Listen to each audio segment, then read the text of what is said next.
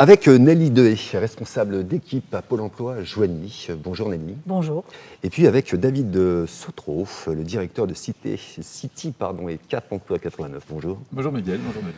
Petit témoignage tous les deux, parce que l'idée pour ceux qui vont regarder cette vidéo, qui la regardent en ce moment même, c'est de comprendre comment vous fonctionnez ensemble. Quel est le pont qu'il y a entre Cap Emploi et Pôle emploi de Joigny. En l'occurrence, vous travaillez à Joigny. Tout à fait. Ça va, tout va bien pour vous? Oui. Pas de questions pièges? Très bien. Eh bien, Nelly, justement, expliquez-nous tout d'abord comment vous gérez votre service, comment vous fonctionnez dans votre service.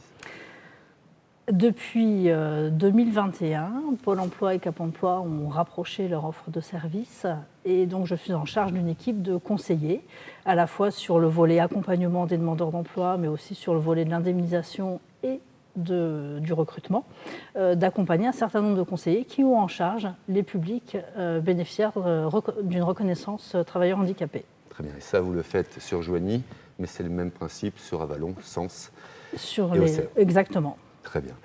David Sautreau, directeur de Cap Emploi, est-ce que vous pouvez nous expliquer comment vous fonctionnez vous au niveau de Cap Emploi et de City 89?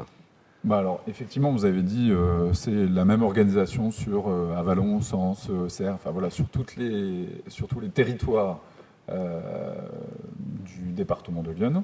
Donc l'organisation est similaire sur Joigny. Donc il y a une équipe de 2 conseillers sur Joigny qui sont quasi exclusivement en agence Pôle emploi de Joigny. Et donc, ils sont présents au quotidien au sein de l'agence pour recevoir les bénéficiaires et pour travailler vraiment au quotidien, main dans la main, avec les conseillers, qu'ils soient sur l'accompagnement des demandeurs d'emploi ou sur l'accompagnement des entreprises. Très bien. Alors, on en a bien compris ce que vous faisiez et les uns et les autres. La thématique de ce soir, c'est l'accompagnement et l'emploi des personnes en situation de handicap. Alors, à vous entendre, on a l'impression que vous faites un petit peu le même travail, si je puis dire, mais comment vous articulez effectivement la manière de travailler ensemble? Est-ce que c'est vous qui êtes demandeur de Cap Emploi ou inversement? Comment ça fonctionne entre les deux entités? Alors, en fait, on travaille ensemble au quotidien, les conseillers comme les directions et l'encadrement. En fait, ça fonctionne. L'idée de ce rapprochement en 2021, c'était qu'il y ait un guichet unique, une entrée unique. Donc, désormais, on l'appelle le lieu unique d'accompagnement. C'est-à-dire que le lieu unique d'accompagnement, c'est l'agence Pôle emploi et c'est le lieu où sont accompagnés tous les demandeurs d'emploi en situation de handicap, soit par Pôle emploi, soit par Cap emploi. Mais la porte d'entrée est la même. Donc, en fait, on travaille au quotidien ensemble.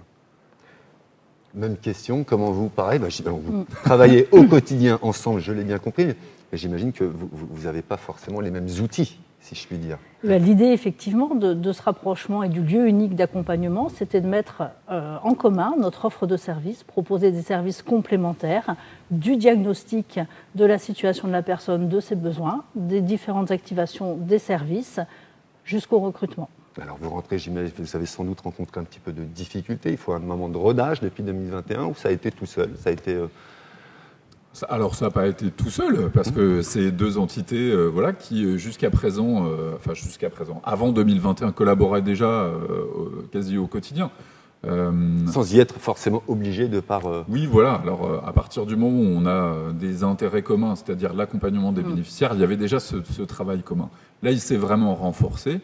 Notamment sur l'utilisation d'outils communs et la présence des conseillers Cap emploi au sein des agences Pôle emploi. Alors quels sont les outils avec lesquels vous travaillez justement? Alors, il y en a pas mal dans les outils. Alors, outils pratico-pratiques au quotidien, quelque chose de significatif, on utilise le même système d'information. Le même outil numérique, c'est les conseillers Cap emploi qui se sont appropriés petit à petit l'outil informatique de Pôle emploi.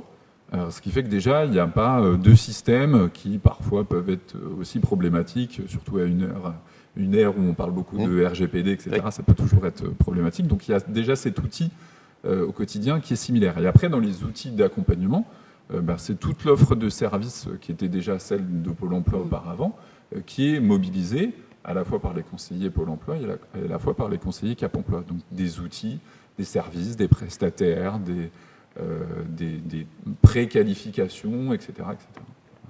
voulez rajouter quelque chose, Nelly? En complémentarité, l'intervention d'une psychologue du travail qui intervient aux côtés des conseillers Cap Emploi et Pôle Emploi. Voilà. Après, en termes d'outils, on peut aussi noter des ateliers qui sont co-animés et co-construits. Et sur le bassin de Joigny, ça fonctionne très bien. Il y a plusieurs types d'ateliers, par exemple être demandeur d'emploi en situation de handicap, ou parler de son handicap en entretien d'embauche. Et ça, c'est par exemple un atelier qui se fait avec la participation de certaines entreprises du bassin qui veulent bien venir témoigner, accompagner et donner des conseils aux demandeurs d'emploi, un petit peu en préparation de ce qui peut se passer au moment où il y a un vrai entretien d'embauche. Alors, un petit peu de chiffres. Vous avez, si je puis dire, entre guillemets, traité, je ne sais pas si c'est le mot approprié, mais combien de personnes en situation de handicap sur le Jovinien? Alors, sur le Jovinien, les personnes en situation de handicap représentent à peu près 10% des demandeurs d'emploi inscrits au Pôle emploi de Joigny, ce qui représente à peu près 430 personnes aujourd'hui. Et donc, vous êtes une équipe de combien pour les recevoir, s'ils passent dans un premier temps par chez Pôle emploi? Alors, une équipe de 4 conseillers en charge de l'accompagnement des demandeurs d'emploi, auxquels s'ajoute donc la collègue conseillère psychologue du travail. D'accord. Et pour vous, David? Du côté Cap Emploi, une conseillère à temps plein et puis un petit mi-temps, à peine un mi-temps d'un autre conseiller. Donc ça fait 1,4 si on veut être très précis. Sur le Jovinien uniquement. Voilà. Donc ça fait quand même une équipe importante qui permet de mener un travail au quotidien. Très bien. Est-ce que vous voulez rajouter quelque chose? Tout va bien? Ça va? Ça va. Très bien. On a parlé des ateliers que vous faites en commun. Et avec les entreprises, comment ça fonctionne? Quelles sont les actions que vous faites en direction des entreprises, puisque c'est un peu la thématique de ce soir? Est-ce qu'il y a des ateliers, des visites qui se font? Alors effectivement, ateliers, on en a parlé. Il y a également des visites qui s'organisent. L'idée, c'est de pouvoir aller ensemble en visite de manière à avoir un discours commun sur l'offre de services commune. Donc il y a des visites qui sont organisées dans les entreprises du bassin assez régulièrement. Il peut y avoir aussi des actions de sensibilisation, on en reparlera, puisque la semaine européenne pour l'emploi des personnes handicapées approche, donc on pourra en reparler.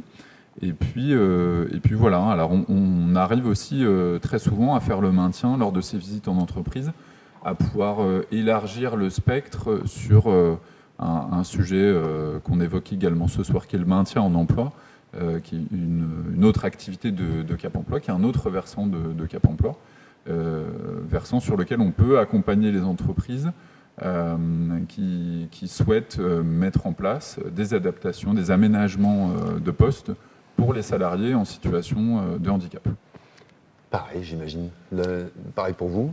Bien sûr, puisque ces actions sont réalisées effectivement en commun, aussi avec les conseillers du service entreprise de l'agence, et l'accompagnement aussi des entreprises sur les recrutements, des recrutements orientés sur des personnes en situation de handicap qui auraient besoin d'un accompagnement spécifique dès le recrutement, avant même d'étudier la mise en place d'un aménagement de poste. Très bien. Eh bien, merci à tous les deux et on se retrouve tout de suite sur le plateau.